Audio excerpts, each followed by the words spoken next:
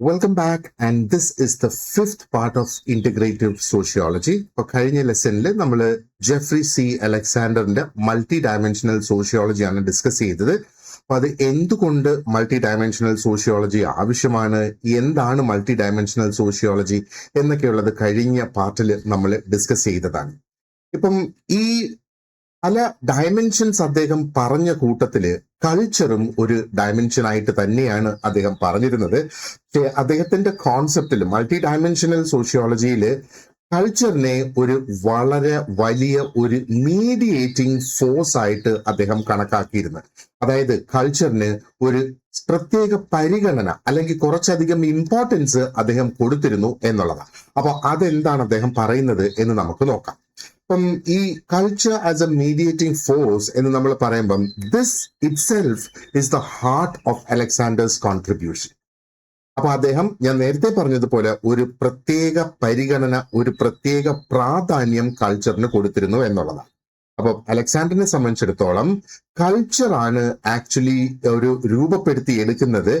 എങ്ങനെ ആൾക്കാര് സ്വയം അവരെ തന്നെ മനസ്സിലാക്കുന്നു എന്നുള്ളത് രൂപപ്പെടുത്തി എടുക്കുന്നത് കൾച്ചറാണ് എന്നാണ് അദ്ദേഹം പറയുന്നത്.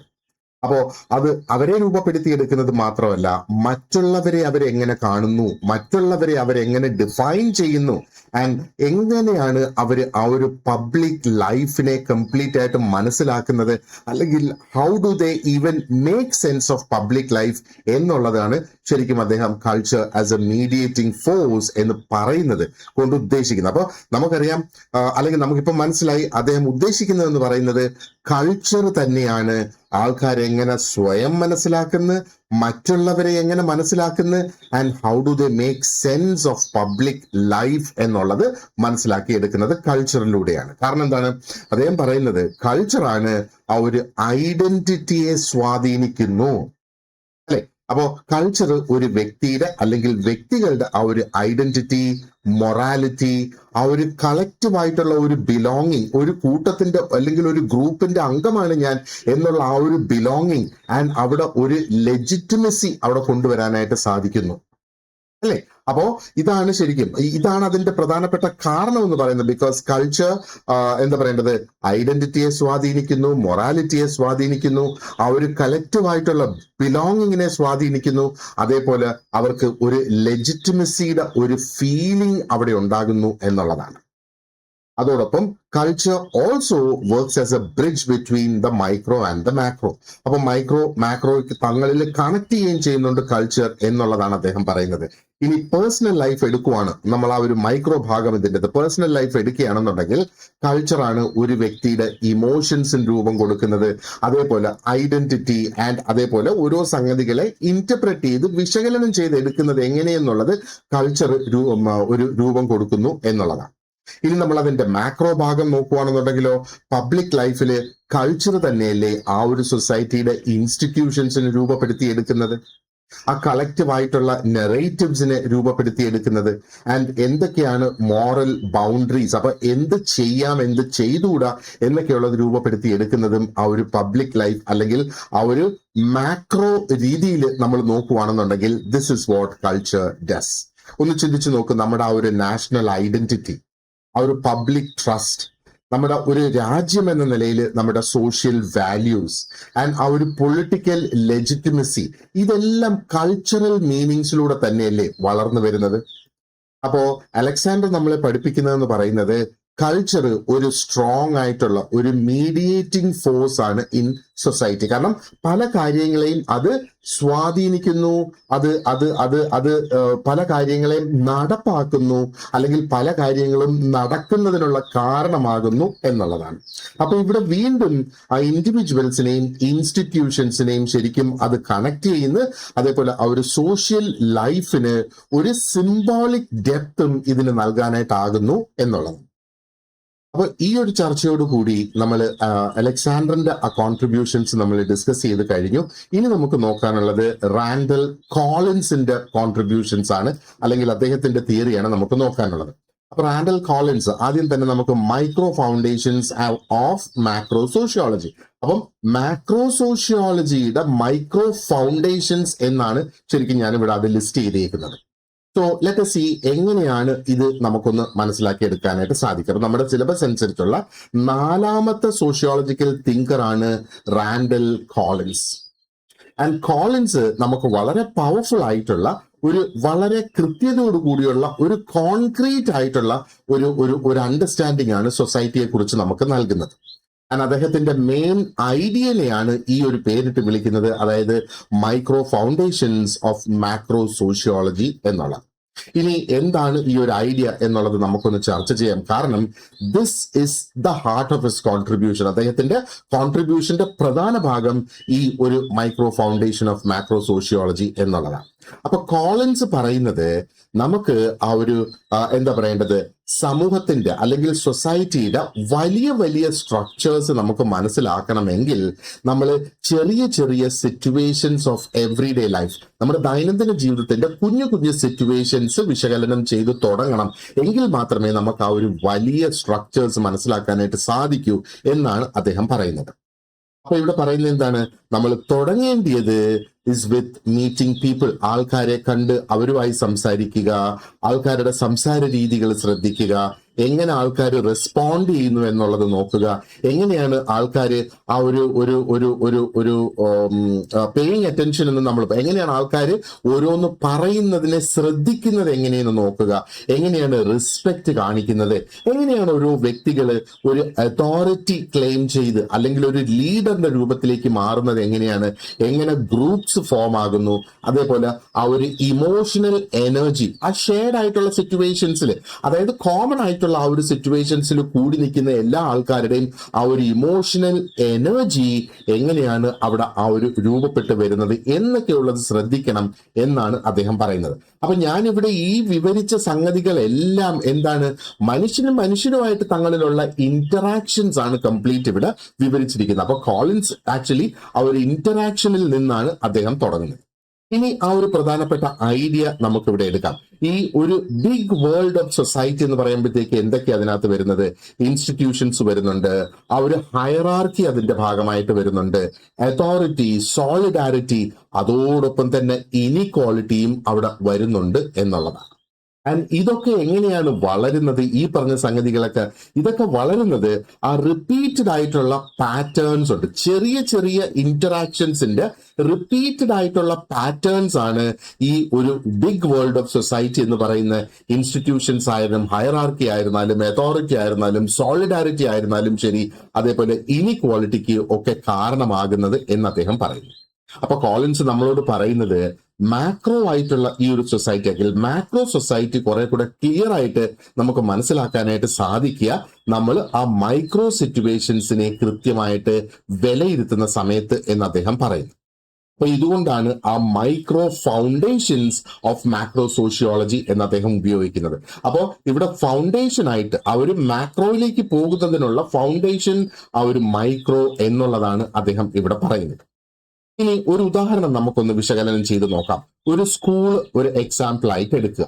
അപ്പൊ സ്കൂൾ പൊതുവെ ഒരു ലാർജ് ആയിട്ടുള്ള ഒരു ഇൻസ്റ്റിറ്റ്യൂഷൻ തന്നെയാണല്ലോ. ആ സ്കൂളിനകത്ത് റൂൾസ് ഉണ്ട്, അതോറിറ്റേറ്റീവ് പൊസിഷൻസിലുള്ള ആൾക്കാരുണ്ട്, സ്കൂളിൽ എക്സാംസ് നടത്തുന്നുണ്ട്, സ്കൂളിൽ ഡിസിപ്ലിൻ ഉണ്ട്, സ്കൂളിൽ ഹയറാർക്കി ഉണ്ട്, അല്ലെ? ടീച്ചേഴ്സിന്റെ ഇടയിൽ ഹയറാർക്കി ഉണ്ട്, മാനേജ്മെന്റിന്റെ ഇടയിൽ ഹയറാർക്കി ഉണ്ട്. അപ്പൊ പലതരത്തിലുള്ള ഹയറാർക്കി, ഡിസിപ്ലിൻ, എക്സാംസ് ഇതെല്ലാം ഒരു സ്കൂളിന്റെ ഭാഗമായിട്ടുണ്ട്. പക്ഷെ എങ്ങനെയാണ് ഈ സ്കൂൾ എന്ന് പറയുന്ന ഈ ഒരു സ്ഥാപനം അല്ലെങ്കിൽ ഇൻസ്റ്റിറ്റ്യൂഷൻ ആക്ച്വലി അതിന്റെ ആ ഒരു ദൈനംദിന പ്രവർത്തനങ്ങൾ ഒരേപോലെ നടത്തിക്കൊണ്ട് മുന്നോട്ട് പോകുന്നത്?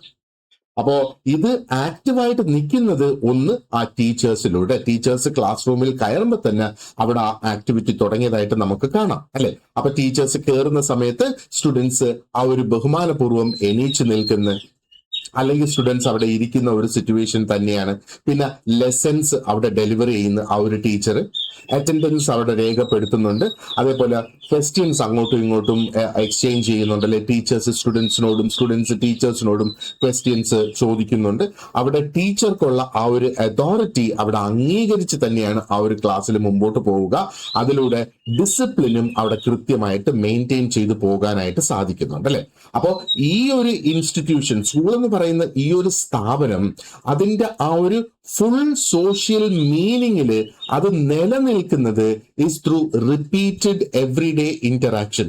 ആൻഡ് എവറിഡേ ഒരു സ്കൂളിന്റെ ദൈനംദിന ഇന്ററാക്ഷൻ എന്താണ്? നമ്മളൊരു ക്ലാസ് റൂമിന്റെ സിനാറിയോ ആണ് നമ്മൾ നേരത്തെ പറഞ്ഞത്. അത് തന്നെയാണ് ആ സ്കൂളിന്റെ എല്ലാ ക്ലാസ് റൂമിലും നടക്കുക, അല്ലെ? ഇനി നമ്മൾ ഒരു ഓഫീസ് ഒരു എക്സാമ്പിൾ ആയിട്ട് എടുക്കുക. അപ്പൊ ഓഫീസ് എന്ന് പറയുന്നത് ഒരു വർക്ക് പ്ലേസ് ആണല്ലോ. ഇവിടെയും പലതരത്തിലുള്ള പൊസിഷൻസ് ഉണ്ട്. മാനേജർ എന്ന പൊസിഷൻ ഉണ്ട്, എംപ്ലോയി എന്ന പൊസിഷൻ ഉണ്ട്, സൂപ്പർവൈസർ എന്ന പൊസിഷൻ ഉണ്ട്, സ്റ്റാഫ് എന്നുള്ള പൊസിഷൻ ഉണ്ട്. അപ്പോ പേപ്പറിൽ അത് എഴുതി വെച്ചിരിക്കുന്ന നമ്മൾ നോക്കുവാണെന്നുണ്ടെങ്കിൽ ഇതെല്ലാം ഫോർമൽ ആയിട്ടുള്ള റൂൾസ് ആണ് എന്ന് നമുക്ക് വേണമെങ്കിൽ പറയാം, അല്ലെ? ഇതല്ല, ഫോർമൽ ആയിട്ടുള്ള റൂൾസും പേപ്പറിൽ ഉണ്ട്. ആൻഡ് ഹയറാർക്കിയാണ് നമ്മൾ ഈ മാനേജർ, എംപ്ലോയി, സൂപ്പർവൈസർ, സ്റ്റാഫ് എന്നൊക്കെ നമ്മൾ പറഞ്ഞു വന്നത്. ഓക്കെ, ഇനി ആ ഒരു റിയൽ ലൈഫിൽ നമ്മൾ നോക്കിയേ, ഈ റോൾസ് എങ്ങനെയാണ് ആക്റ്റീവ് ആകുന്നത്? ഇത് ആക്റ്റീവ് ആകുന്നത് ഒരു പക്ഷേ ആ ഒരു ഓഫീസിൽ ഒരു മീറ്റിംഗ് നടക്കുമ്പോൾ, അല്ലെങ്കിൽ ഒരു സൂപ്പർവൈസർ ആ സൂപ്പർവൈസറുടെ ഡയറക്റ്റ് റിപ്പോർട്ട്സിന് ഇൻസ്ട്രക്ഷൻസ് കൊടുക്കുന്ന സമയത്ത് അവരുടെ ബോഡി ലാംഗ്വേജ് അനുസരിച്ച് ഓരോരുത്തർ ആ ഒരു റൊട്ടേഷനിൽ ടേൺ എടുത്ത് വർക്ക് ചെയ്യുന്ന ആ ഒരു സാഹചര്യം വരുമ്പോൾ അവിടെ സൂപ്പർവൈസേഴ്സ് അല്ലെങ്കിൽ മാനേജേഴ്സ് സംസാരിക്കുന്ന ആ ഒരു ടോൺ ഓഫ് വോയിസ് എടുത്തിട്ട് പിന്നെ ഓരോരുത്തർക്കുള്ള ആ ഒരു കോൺഫിഡൻസ് എന്ന് പറയുന്നത് ആൻഡ് ദ വേ എങ്ങനെ ആൾക്കാർ മറ്റുള്ളവരുടെ അടുത്ത് റെസ്പോണ്ട് ചെയ്യുന്നു, ഒരു വ്യക്തി ഒരു കാര്യം പറയുമ്പം എങ്ങനെ അവർ തിരിച്ച് റെസ്പോണ്ട് ചെയ്യുന്നു എന്നൊക്കെയുള്ളത്, അതല്ലേ ആ ഒരു റിയൽ ലൈഫില് ഞാൻ നേരത്തെ പറഞ്ഞ ഈ മാനേജർ, സൂപ്പർവൈസർ എന്നൊക്കെ പറയുന്ന ഈ റോൾസ് ആക്റ്റീവ് ആയിട്ട് വരുന്നത്. അപ്പൊ ഇവിടെ നമ്മൾ അതോറിറ്റിയുടെ കാര്യമാണ് എടുക്കുന്നത്. അതോറിറ്റി ഇവിടെ യാഥാർത്ഥ്യമാകുന്ന എങ്ങനെയാണ്? അത് ആ ഒരു ആക്ച്വൽ ഇന്ററാക്ഷനിൽ ആൾക്കാർ ആ അതോറിറ്റി തിരിച്ചറിഞ്ഞ് അവരുടെ പെരുമാറ്റത്തിൽ നിന്നാണ്, അവർ പെരുമാറുന്ന ആ ഒരു രീതിയിൽ നിന്നാണ് ആ ഒരു എന്താ പറയേണ്ടത് ആ ഒരു അതോറിറ്റി അവിടെ ആക്റ്റീവ് ആയിട്ട് അല്ലെങ്കിൽ ലൈവ് ആയിട്ട് വരുന്നത്. ഇവിടെ വീണ്ടും നമ്മൾ നോക്കുവാണെന്നുണ്ടെങ്കിൽ ആ മാക്രോ ആയിട്ടുള്ള സ്ട്രക്ചർ ഉണ്ടല്ലോ, അത് മൈക്രോ പ്രോസസ്സിലൂടെയാണ് ആ മാക്രോ സ്ട്രക്ചർ വളരുന്നത്, നിലനിൽക്കുന്നത് എന്ന് അദ്ദേഹം പറയുന്നു. ഇനി മറ്റൊരു എക്സാമ്പിൾ നമുക്ക് ഫാമിലി എടുക്കാം. ഫാമിലി നമുക്കറിയാം, നമുക്ക് ഏതൊരു വിശകലനത്തിനും വേണ്ടിയിട്ട് ഉപയോഗിക്കാൻ കഴിയുന്ന ഒരു പ്രധാനപ്പെട്ട ഒരു സോഷ്യൽ ഇൻസ്റ്റിറ്റ്യൂഷനാണ് ഫാമിലി എന്ന് പറയുന്നത്, അല്ലെ? അപ്പോ ഫാമിലിയിലെ ലൈഫ് നമ്മൾ നോക്കുവാണെന്നുണ്ടെങ്കിൽ അതെങ്ങനെയാ മുമ്പോട്ട് പോകുന്നത്? അവിടെ ഡെയിലി കോൺവെർസേഷൻസ് നടക്കുന്നുണ്ട്. ഫാമിലി ഒരുമിച്ചിരുന്ന് മീൽസ് ഷെയർ ചെയ്യുന്നുണ്ട്. ഒരുമിച്ചിരുന്ന് കഴിച്ചില്ലെങ്കിൽ പോലും ആ സെയിം കലത്തിൽ നിന്നുള്ള മീൽസ് തന്നെയാണ് എല്ലാവരും അവിടെ ഷെയർ ചെയ്ത് കഴിക്കുക. അവിടെ അന്യോന്യം കെയർ എടുക്കുന്നുണ്ട്, അവിടെ അങ്ങോട്ടും ഇങ്ങോട്ടും അഡ്വൈസ് കൊടുക്കുന്ന സാഹചര്യം വരുന്നു, ഇമോഷണൽ സപ്പോർട്ട് നൽകുന്നു, കുട്ടികളെ കറക്റ്റ് ചെയ്യേണ്ട സാഹചര്യങ്ങളിൽ കറക്ഷൻ അവിടെ നടക്കുന്നു, അവിടെ എഫെക്ഷൻ ഉണ്ട്. ആൻഡ് നിരന്തരം റുട്ടീൻ ആയിട്ടുള്ള ആ ഒരു റെസ്പോൺസിബിലിറ്റി ഓരോരുത്തർക്കും അവിടെയുണ്ട്. അച്ഛന് അച്ഛൻ്റെതായ, അമ്മയ്ക്ക് അമ്മയുടേതായ, ഗ്രാൻഡ് പേരൻസ് ഉണ്ടെങ്കിൽ അവർക്ക് അവരുടേതായ ഉത്തരവാദിത്വങ്ങൾ, അവരുടേതായ റെസ്പോൺസിബിലിറ്റീസ്, കുട്ടികൾക്ക് സ്കൂളിൽ പോകുന്നതാണെങ്കിൽ അവർക്ക് ആ സ്കൂളിൽ പോവുക എന്നുള്ള ഉത്തരവാദിത്വം, അവരുടെ പാഠങ്ങൾ പഠിക്കുക എന്നുള്ള ആ ഉത്തരവാദിത്വങ്ങൾ അവിടെ വരുന്നു, അല്ലെ? അപ്പൊ ഇതെല്ലാം ഡെയിലി റിപ്പീറ്റ് ചെയ്യുന്ന എൻകൗണ്ടേഴ്സ് തന്നെയാണ്, അല്ലെങ്കിൽ ആക്ഷൻസ് തന്നെയാണ് ഓരോ ഫാമിലിയിൽ നടക്കുന്നത്. ഇവിടെ ശരിക്കും ആക്ഷൻസ് എന്ന് പറയുന്നതിലുപരി ആൾക്കാർ ആ ഒരു കുടുംബത്തിലുള്ള അംഗങ്ങൾ തങ്ങളിലുള്ള എൻകൗണ്ടേഴ്സ് എന്ന് വേണമെങ്കിൽ നമുക്ക് പറയാം. അപ്പൊ ആ എൻകൗണ്ടേഴ്സിലൂടെയാണ് ഫാമിലിയുടെ റോള് കുറെ കൂടെ സ്റ്റേബിൾ ആയിട്ട് വരുന്നത് ആൻഡ് ആ ഒരു റോള് അർത്ഥവത്തായി മാറുന്നത്. നമ്മൾ നോക്കുവാണെന്നുണ്ടെങ്കിൽ ഒരു വളരെ വലിയ ഒരു ഇൻസ്റ്റിറ്റ്യൂഷൻ ആയിരുന്നാലും ശരി തന്നെ, പ്രധാനപ്പെട്ട ഫാമിലി പോലെയുള്ള ഇൻസ്റ്റിറ്റ്യൂഷൻസ് ആയിരുന്നാലും ശരി തന്നെ, അവിടുത്തെ ആ ഒരു ലൈഫ് എന്ന് പറയുന്നത് എല്ലാം ഡിപ്പെൻഡ് ചെയ്യുന്നത് ആ ദൈനംദിന ജീവിതത്തിൽ നടക്കുന്ന, ഡെയിലി നടക്കുന്ന ഇന്ററാക്ഷൻസിലൂടെയാണ്. അപ്പൊ ഇതിൽ നിന്ന് നമ്മൾ ഒരു പ്രധാനപ്പെട്ട പോയിന്റ് കോളിൻസ് നമ്മളടുത്ത് പറയുന്നത് നമ്മൾ മനസ്സിലാക്കുക. അദ്ദേഹം പറയുന്നത് സോഷ്യൽ ഓർഡർ, സമൂഹത്തിലെ ആ ഒരു ക്രമം എന്ന് പറയുന്നത് അത് വളർന്നു വരുന്നത്, നിലനിന്ന് പോകുന്നത് ഈ റിപ്പീറ്റഡ് ആയിട്ടുള്ള എൻകൗണ്ടേഴ്സിലൂടെയാണ്. ആൾക്കാർ ഒത്തുകൂടുന്ന വേളയിൽ, വീണ്ടും വീണ്ടും ആൾക്കാർ ഒത്തുകൂടുന്ന വേളയിൽ നമ്മൾ നോക്കുവാണെന്നുണ്ടെങ്കിൽ ഈ എന്താ പറയേണ്ടത്, പാറ്റേൺസ് അവിടെ റിപ്പീറ്റ് ചെയ്യുന്നതായിട്ട് നമുക്ക് കാണാം. ഷെയർഡ് ആയിട്ടുള്ള എക്സ്പെക്ടേഷൻസ് അവിടെ ബിൽഡ് ചെയ്ത് വരുന്നു എന്നുള്ളത്.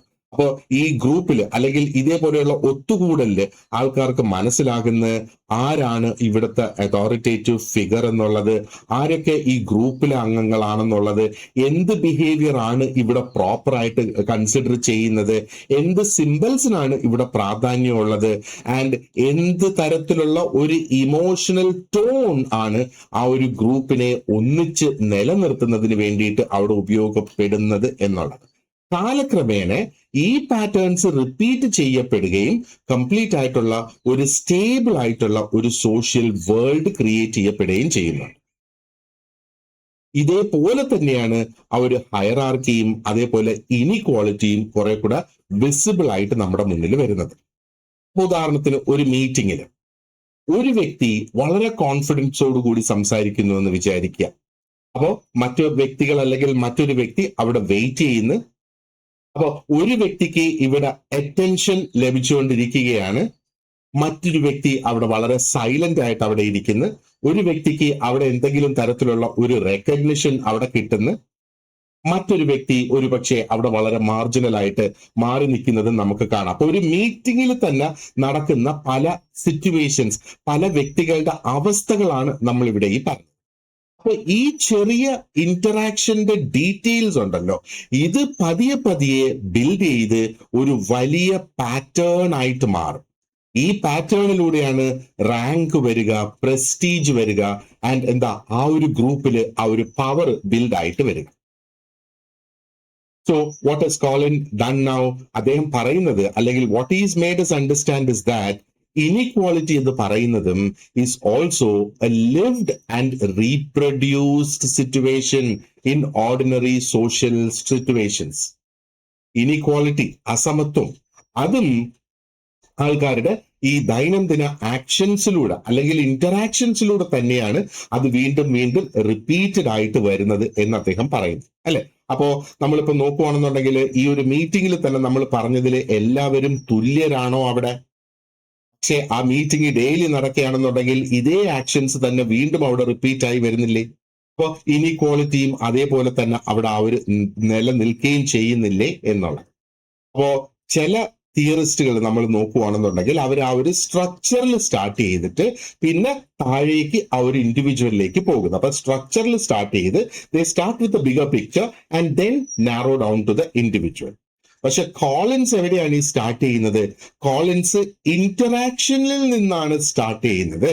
അപ്പോൾ ഇൻഡിവിജ്വൽസിന്റെ ഇന്ററാക്ഷൻ ഈ സ്റ്റാർട്ട് ചെയ്തിട്ട് ആ ഒരു സൊസൈറ്റി മുകളിലേക്കാണ് കോളിൻസിന്റെ ആ ഒരു തിയറി പോകുന്നതായിട്ട് നമുക്ക് കാണാം. അപ്പൊ അദ്ദേഹം നമ്മളെ കാണിച്ചത് അല്ലെങ്കിൽ നമ്മളിവിടെ നോക്കിയത് എന്താണ്?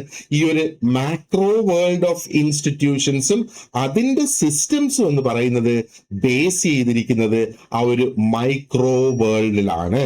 ഇപ്പം micro world of meetings, micro world of conversations, micro world എന്ന് പറയുമ്പം ഇൻഡിവിജ്വൽസ് തങ്ങളിൽ നടക്കുന്നത്, അല്ലെ? ഈവൻ ജെസ്റ്റേഴ്സ്, ആംഗ്യങ്ങൾ, അതുപോലും അവിടെ പ്രധാനപ്പെട്ടതാണ്. ഇമോഷൻസ് അവിടെ പ്രധാനപ്പെട്ടതാണ്. ആൻഡ് ആ ഒരു ഗ്രൂപ്പിൽ നടക്കുന്ന സാഹചര്യങ്ങൾ, സിറ്റുവേഷൻസ്, അതും ഇവിടെ ഇമ്പോർട്ടന്റ് ആണ് എന്നാണ് അദ്ദേഹം പറയുന്നത്. അപ്പോ ഈ ഒരു കാരണം കൊണ്ട് അല്ലെങ്കിൽ ഇപ്പൊ നമുക്ക് മനസ്സിലായല്ലേ ഇതുവരെ നമ്മൾ ഡിസ്കസ് ചെയ്തതിൽ നിന്നും ഒരു ഒരു ഒരു ഒരു ഫ്രഷ് ആയിട്ടുള്ള ഒരു അപ്രോച്ചാണ് കോളിൻസ് ഇവിടെ എടുത്തിട്ടുള്ളത്, അല്ലെ? ആൻഡ് ഇത് കുറെ അധികം കോൺക്രീറ്റ് ആണ് എന്ന് നമുക്ക് മനസ്സിലാക്കാം. And it is also sociologically powerful. അപ്പൊ കോളിൻസിന്റെ അപ്രോച്ചിൽ നമ്മൾ അറിഞ്ഞിരിക്കേണ്ട അല്ലെ ഓർത്തിരിക്കേണ്ട ആ ഒരു പ്രധാന പോയിന്റ് എന്ന് പറയുന്നത് society becomes large and organised. Society ലാർജും ഓർഗനൈസ്ഡും ആകുന്നത് എന്തുകൊണ്ടാണ്? ആ ചെറിയ ചെറിയ സോഷ്യൽ ഇന്ററാക്ഷൻസ്, റിപ്പീറ്റഡ് ആയിട്ട് നടക്കുന്ന ആ social interactions, like you know patterns, അല്ലെങ്കിൽ മീറ്റിംഗ്സിലൊക്കെ നടക്കുന്ന ആ ഇന്ററാക്ഷൻസ്, അത് തന്നെയാണ് ഇൻസ്റ്റിറ്റ്യൂഷൻസിനെ ബിൽഡ് ചെയ്യുന്നത്, അതോറിറ്റി സ്ഥാപിച്ചെടുക്കുന്നത്, സോളിഡാരിറ്റി സ്ഥാപിച്ചെടുക്കുന്നത്, അതേപോലെ ഇനിക്വാളിറ്റിയും അത് സ്ഥാപിച്ചെടുക്കുന്നു എന്നുള്ളതാണ്. ഇനി മറ്റൊരു കോൺസെപ്റ്റ് കോളിൻസിന്റെ നമുക്ക് നോക്കാനുള്ളത് ഈ ഒരു ഇന്ററാക്ഷൻ റിച്വൽസ് എന്നുള്ളതാണ്. This is also another very important concept that is really connected. Ritual എന്ന് പറയുമ്പോഴത്തേക്ക് എന്താണ്? ആചാരം എന്ന അർത്ഥം അതിന് വരുന്നുണ്ട്, അല്ലെ? അപ്പൊ എന്താണ് ഈ ഒരു ഇന്ററാക്ഷണൽ റിച്വൽസ് അല്ലെങ്കിൽ ഇന്ററാക്ഷൻ റിച്വൽസ് എന്ന് പറയുന്നത്? അപ്പോ ഇതും ഞാൻ നേരത്തെ പറഞ്ഞതുപോലെ പ്രധാനപ്പെട്ട ഒരു കോൺസെപ്റ്റ് ആണ്. ആൻഡ് ഈ ഒരു ഐഡിയ നമ്മൾ നോക്കുവാണെന്നുണ്ടെങ്കിൽ കോളിൻസിന്റെ സോഷ്യോളജിയെ സംബന്ധിച്ചിടത്തോളം ഇറ്റ് ഇസ് ദ ഹാർട്ട് എന്നുള്ളതാണ്. അപ്പൊ നമുക്കിത് കൃത്യമായിട്ട് നമുക്കൊന്ന് മനസ്സിലാക്കാം. അപ്പൊ കോളിൻസ് പറയുന്നത് എന്താണ്? സോഷ്യൽ ലൈഫ് സ്ട്രോങ് ആകുന്നത് ആൾക്കാര് ഒത്തുചേരുക ഒരു കോമൺ ആയിട്ടുള്ള ഒരു ഷെയർഡ് സിറ്റുവേഷനിൽ ആൾക്കാർ ഒത്തുചേരുമ്പോഴാണ് ശരിക്കും സോഷ്യൽ ലൈഫ് സ്ട്രോങ് ആകുന്നത്. അപ്പൊ ഈ ഒത്തുചേരൽ മാത്രമല്ല, അവര് കോമൺ ആയിട്ട് ആ ഗ്രൂപ്പിൽ നടക്കുന്ന ആക്ടിവിറ്റീസിൽ പങ്കാളികളാകണം, പാർട്ടിസിപ്പേറ്റ് ചെയ്യണം. ആൻഡ് ഇവിടെ എല്ലാവർക്കും ഒരു ഷെയർഡ് ആയിട്ടുള്ള ഒരു കോമൺ ആയിട്ടുള്ള ഒരു ഇമോഷണൽ മൂഡും അവിടെ ഉണ്ടായിരിക്കണം. അപ്പൊ കോളിൻസ് പറയുന്നത് സോഷ്യൽ ലൈഫ് സ്ട്രോങ് ആകുന്ന സാഹചര്യമാണ് അദ്ദേഹം ഈ പറയുന്നത്. അപ്പോ ഒന്ന്, ആൾക്കാരവിടെ ഒത്തുചേരുന്ന്, ആ ഒത്തുചേരുന്നവർക്ക് എന്തോ ഒരു ഉദ്ദേശത്തോടു കൂടി അവരവിടെ ഒത്തുചേരുന്ന ആ ഒരു സാഹചര്യം എന്ന് അവിടെ പറയുന്നത്. ആൻഡ് അവർക്ക് എന്തെങ്കിലും ഒരു കോമൺ ആയിട്ടുള്ള ഒരു ആക്ടിവിറ്റിയിൽ അതിൽ പങ്കാളികളാകുന്ന ആ ഒത്തുകൂടിയ ആൾക്കാരെല്ലാവരും ആൻഡ് അവരുടെ ആ ഒരു ഇമോഷണൽ മൂഡ് എന്ന് പറയുമ്പോഴത്തേക്ക് അതും ഷെയർഡ് ആണ്. എല്ലാവർക്കും ഒരേപോലെ, ഏകദേശം ഒരേപോലെയുള്ള ഒരു ഇമോഷണൽ മൂഡ് എന്നുള്ളത്. ഇത് നമ്മള് ചുരുക്കി പറയുകയാണെന്ന്, അല്ലെങ്കിൽ സിമ്പിൾ ആയിട്ട് പറയുവാണെന്നുണ്ടെങ്കിൽ ഈ ഇന്ററാക്ഷൻ റിച്വൽ എന്ന് പറയുന്നത് അത് നടക്കുന്നത് when people are physically or socially together. ഈ ഇന്ററാക്ഷൻ റിച്വൽ നടക്കുന്നത് when people are physically together or socially together. അവരുടെ ഫോക്കസ് എന്ന് പറയുന്ന, ആ ഒത്തുകൂടിയിരിക്കുന്ന ജനതയുടെ ഫോക്കസ് എന്ന് പറയുന്നത് ഒരേ കാര്യത്തിലേക്കായിരിക്കും. ആൻഡ് അവർക്കുള്ള ഫീലിങ്സ് എന്ന് പറയുന്നത് ഒരേപോലത്തെ ഫീലിങ്സ് ആയിരിക്കും എന്നുള്ളത്. ഇനി വീണ്ടും നമ്മളൊരു ക്ലാസ് റൂമിനെ ഒരു എക്സാമ്പിൾ ആയിട്ട് എടുക്കുകയാണെങ്കിലോ, ഈ പറഞ്ഞ സാഹചര്യങ്ങളൊക്കെ നമുക്ക് അവിടെ കിട്ടുന്നില്ലേ? ആ കുട്ടികളുടെയൊക്കെ ഫീലിങ്സ് ഏകദേശം ഒരേപോലെ തന്നെയാണ്. ഫിസിക്കലി ആ കുട്ടികൾ അവിടെ ഒത്തുചേർന്നിരിക്കുന്നു. ആൻഡ് ആ കുട്ടികൾക്കെല്ലാം ഒരേ ഉദ്ദേശം തന്നെയാണ്, ആ പാഠങ്ങൾ പഠിക്കുക എന്നുള്ള ആ ഉദ്ദേശമാണ് അവിടെയുള്ള ഒരു ക്ലാസ് റൂമിൽ ഇത് നടക്കുന്നത്. അതേപോലെ ഒരു റിലിജിയസ് ഗ്യാതറിങ്ങിലും ഇത് തന്നെയല്ലേ അതിന്റെ സാഹചര്യം എന്ന് പറയുന്നത്? ഒരു പൊളിറ്റിക്കൽ മീറ്റിംഗിലും ഇത് തന്നെയല്ലേ അതിന്റെ സാഹചര്യം? എന്തെങ്കിലും തരത്തിലുള്ള ഒരു സെലിബ്രേഷൻ നടക്കുന്നു, അല്ലെങ്കിൽ ഒരു ഒരു ഒരു ഒരു ഹർത്താൽ പോലെയുള്ള ഒരു സംഗതി നടക്കുന്ന, ഒരു പ്രൊട്ടസ്റ്റ് നടക്കുമ്പോൾ അവിടെയും ഏകദേശം കോമൺ അല്ലേ നമ്മൾ ഈ പറഞ്ഞ സംഗതികളെല്ലാം? ഒരു ഫാമിലി ഫംഗ്ഷൻ നടക്കുന്ന ആ ഒരു സമയത്ത് ഈവൻ ഒരു ചെറിയ ഒരു 4 പേര് 3 പേര് ചേരുന്ന ഒരു ഗ്രൂപ്പ് ഡിസ്കഷനിൽ പോലും ഈ ഒരു സാഹചര്യം അവിടെ ജീവിച്ചു പോകുന്ന, അല്ലെങ്കിൽ ഈ ഒരു സാഹചര്യം നിലനിൽക്കുന്നതായിട്ട് നമുക്ക് കാണാം, അല്ലെ? അപ്പോ ഒരു സെയിം സെറ്റിങ്ങിൽ ആൾക്കാർ ഒത്തുചേരുന്നു. ആൻഡ് അവരുടെ ആ ഒരു അറ്റൻഷൻ എന്ന് പറയുന്നത് എന്തെങ്കിലും ഒരു കോമൺ ഇവന്റിലേക്കോ കോമൺ ഓബ്ജക്റ്റിലേക്കോ ഒരു കോമൺ ആക്ടിവിറ്റിയിലേക്കോ ഫോക്കസ്ഡ് ആണ് എല്ലാം. അപ്പൊ ഒരു കോമൺ ആയിട്ടുള്ള ഒരു ഉദ്ദേശത്തോടു കൂടി ആൾക്കാർ ഒത്തുചേരുന്നു. ആൻഡ് ഈ ഒത്തുചേർന്നിരിക്കുന്ന ആൾക്കാരുടെ ആ ഒരു ബോഡി ലാംഗ്വേജ് ആയിരുന്നാലും, അവരുടെ സംസാര രീതികൾ, ടോൺ ആയിരുന്നാലും, അവരുടെ ഒരു റിതം, അവരുടെ ഇമോഷൻസ് എല്ലാം തങ്ങളിൽ അങ്ങോട്ടും ഇങ്ങോട്ടും മാച്ച് ആകുന്നതാണ്. ഈ ഒരു ഷെയർഡ് ആയിട്ട് ഇവിടെ ഉള്ള ഈ ഒരു അറ്റൻഷൻ, അവരുടെ ഷെയർഡ് ആയിട്ടുള്ള ഈ ഒരു ഫീലിങ്സ് എന്ന് പറയുന്നത് it will keep growing stronger. And ഈ ഒരു situation it becomes more than A simple meeting, അല്ലെങ്കിൽ ഒരു സിമ്പിൾ ഗ്യാതറിംഗ്. അപ്പോ വെറുതെ ഒരു ഒത്തുകൂടലിൽ ഉപരി അത് കുറച്ചും കൂടെ സ്ട്രോങ് ആയിട്ട് ഒരു ഇന്റർ കണക്റ്റഡ്നെസ് അവിടെയുള്ള അംഗങ്ങൾക്കെല്ലാം തോന്നുന്നു. ഇതിനെയാണ് ഇന്ററാക്ഷൻ റിച്വൽ അല്ലെങ്കിൽ ഇന്ററാക്ഷൻ ആചാരം എന്നൊക്കെയുള്ളത് കൊണ്ട് അദ്ദേഹം ഉദ്ദേശിക്കുന്നത്. അപ്പൊ നമ്മൾ നേരത്തെ നോക്കിയ ആ ഒരു ക്ലാസ് റൂം എക്സാമ്പിളിനെ നമുക്ക് ഒന്നും കൂടെ ഒന്ന് വിപുലീകരിച്ച് നോക്കുവാണെങ്കിലോ, കുട്ടികൾ ഒരുമിച്ചിരിക്കുന്നു, അവർ ടീച്ചർ പറയുന്നതിൽ ശ്രദ്ധിക്കുന്നു, അവരുടെ ലെസണിൽ അവർ ഫോക്കസ് ചെയ്യുന്നു, ക്വസ്റ്റ്യൻസിന് റെസ്പോണ്ട് ചെയ്യുന്നു. ആൻഡ് ആ ഒരു ക്ലാസ്സിലൂടെ അല്ലെങ്കിൽ ആ ഒരു പീരീഡ് കടന്നു പോകുന്നത് അവർക്ക് ഷെയർഡ് ആയിട്ട് എല്ലാവരും അവിടെ അറ്റൻറ്റീവ് ആയിട്ട് അവിടെ ഇരിക്കുന്നു. അപ്പോൾ അങ്ങനെ നോക്കുമ്പോഴത്തേക്ക് ഈ ക്ലാസ് റൂമിൽ നടക്കുന്നത് ഒരു ആചാരം പോലത്തെയുള്ള ഒരു സെറ്റിംഗ് അല്ലേ? ഇവിടെ ജസ്റ്റ് ആ ഒരു ഇൻഫർമേഷൻ ഒരു വ്യക്തിയിൽ നിന്ന് മറ്റൊരു വ്യക്തിയിലേക്ക് കൊടുക്കുന്നതിലും പകരം അവിടെ ഒരു സോഷ്യൽ അന്തരീക്ഷം അവിടെ ക്രിയേറ്റ് ചെയ്യപ്പെടുകയാണ്, അല്ലെ? അപ്പൊ കുട്ടികൾ ഇതിൽ നിന്ന് മനസ്സിലാക്കുന്ന ആർക്കാണ് അവിടെ അതോറിറ്റി ഉള്ളത്?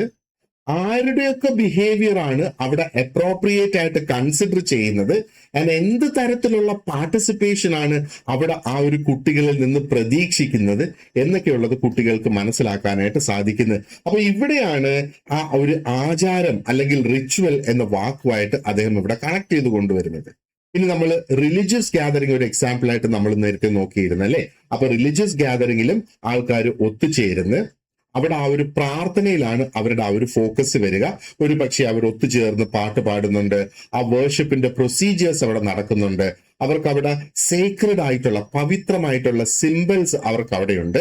ആൻഡ് ഇവിടെ അവർക്കൊരു കോമൺ ആയിട്ടുള്ള ഒരു ഷെയർഡ് ആയിട്ടുള്ള ഒരു ഇമോഷണൽ ഫോഴ്സ്, ഒരു ഇമോഷണൽ ശക്തിയും അവിടെ ഡെവലപ്പ് ആകുന്നു എന്നുള്ളതാണ്. അപ്പൊ ഇങ്ങനെയുള്ള സാഹചര്യത്തിൽ എന്താണ്, അവിടെയുള്ള ആൾക്കാർ തങ്ങളിൽ they feel connected to something bigger, something larger than themselves.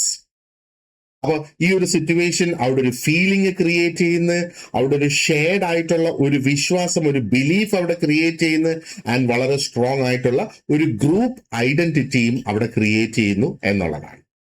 ഇനി നമുക്ക് വളരെ പരിചിതമായിട്ടുള്ള നമ്മുടെ നാട്ടിൽ നടക്കുന്ന പൊളിറ്റിക്കൽ റാലി അല്ലെങ്കിൽ ഒരു പൊളിറ്റിക്കൽ പ്രൊട്ടസ്റ്റ് നമ്മളൊരു എക്സാമ്പിൾ ആയിട്ട് എടുക്കുക. അപ്പൊ ഇവിടെയും ആ അനുകൂലികൾ അല്ലെങ്കിൽ ആ ഒരു പൊളിറ്റിക്കൽ പാർട്ടി ആണെന്നുണ്ടെങ്കിൽ ആ പാർട്ടിയുടെ അംഗങ്ങൾ അവർ ഒത്തുചേരുന്നു അല്ലെ.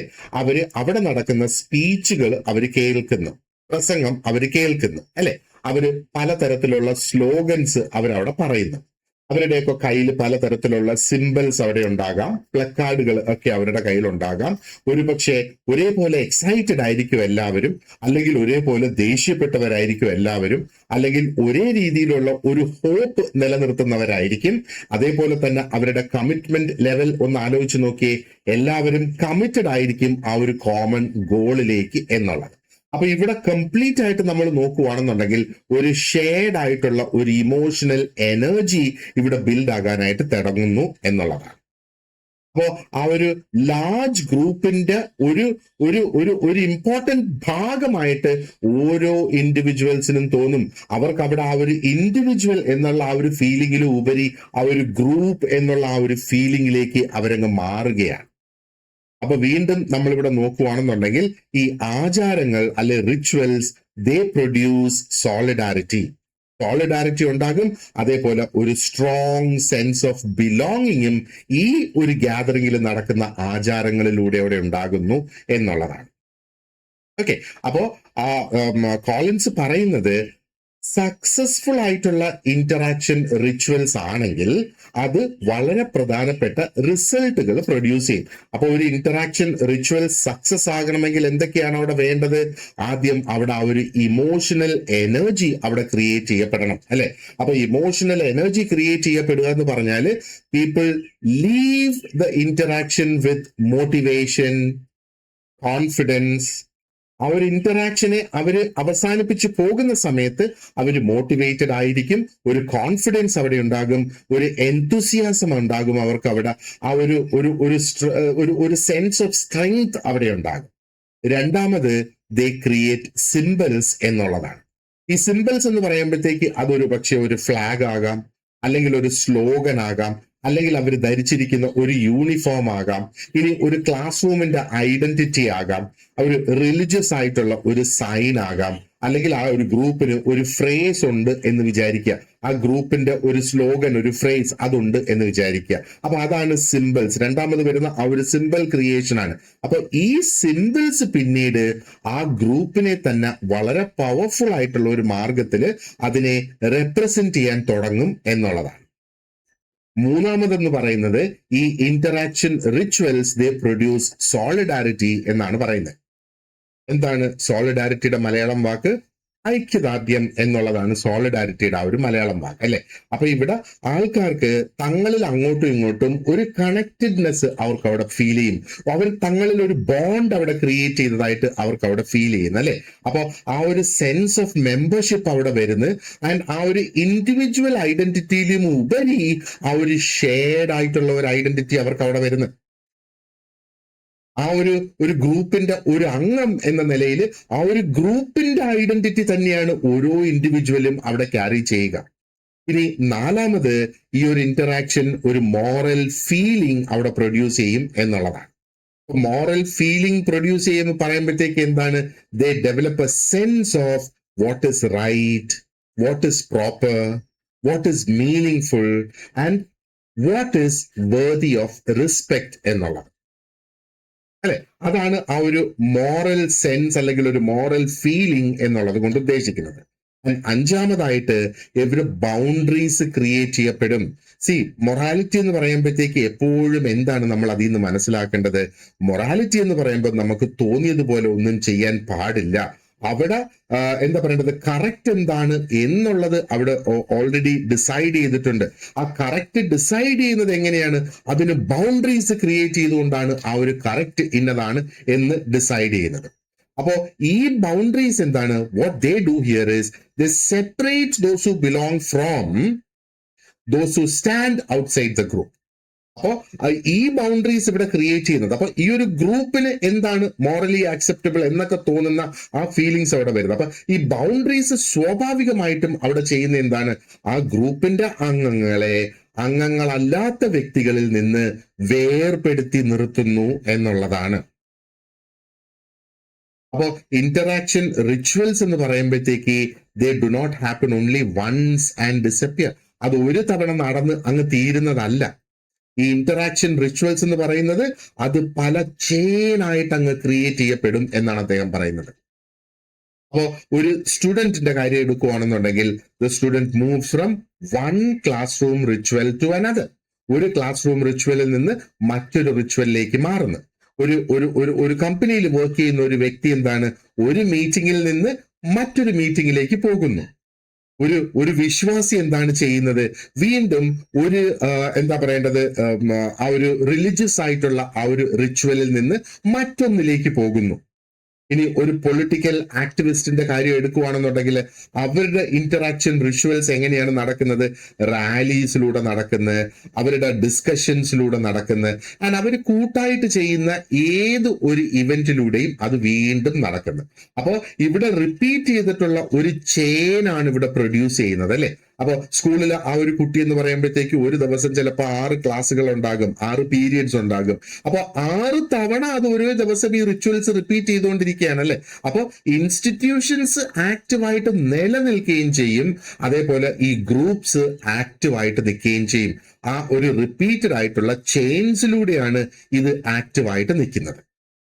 അപ്പൊ കോളിൻസിന്റെ പ്രധാനപ്പെട്ട മെസ്സേജ് ഇവിടെ എന്ന് പറയുന്നത്, സൊസൈറ്റി ഒന്നിച്ച് നിലനിൽക്കുന്നത് is because people repeatedly gather. People repeatedly they focus together, they feel together. അവര് ഷെയർഡ് ആയിട്ടുള്ള സിംബൽസ് അവിടെ ബിൽഡ് ചെയ്യും. അതിലൂടെ ഒരു ഷെയർഡ് എനർജി അവിടെ ക്രിയേറ്റ് ചെയ്യുന്നു എന്നുള്ളതാണ്. അപ്പോ ഈ ഒരു രീതിയിലാണ് ഇൻസ്റ്റിറ്റ്യൂഷൻസിന് ആ ഒരു നിലനിൽപ്പ്, ഒരു കണ്ടിന്യൂറ്റി അവിടെ ബിൽഡായി വരുന്നത്. ഗ്രൂപ്പ്സിന് അവരുടെ ഐഡന്റിറ്റി നിലനിർത്താനായിട്ട് സാധിക്കുന്നത്.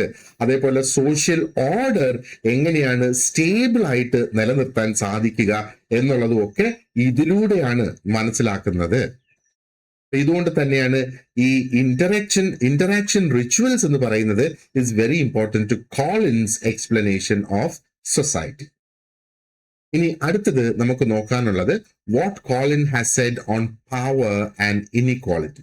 ഇതാണ് Collins on power and inequality ആണ് നമുക്ക് അടുത്ത് ഡിസ്കസ് ചെയ്യാനുള്ളത്. We will do that in the next part of the lesson. So thank you very much for watching this lesson, and you have an excellent day ahead. See you in the next class.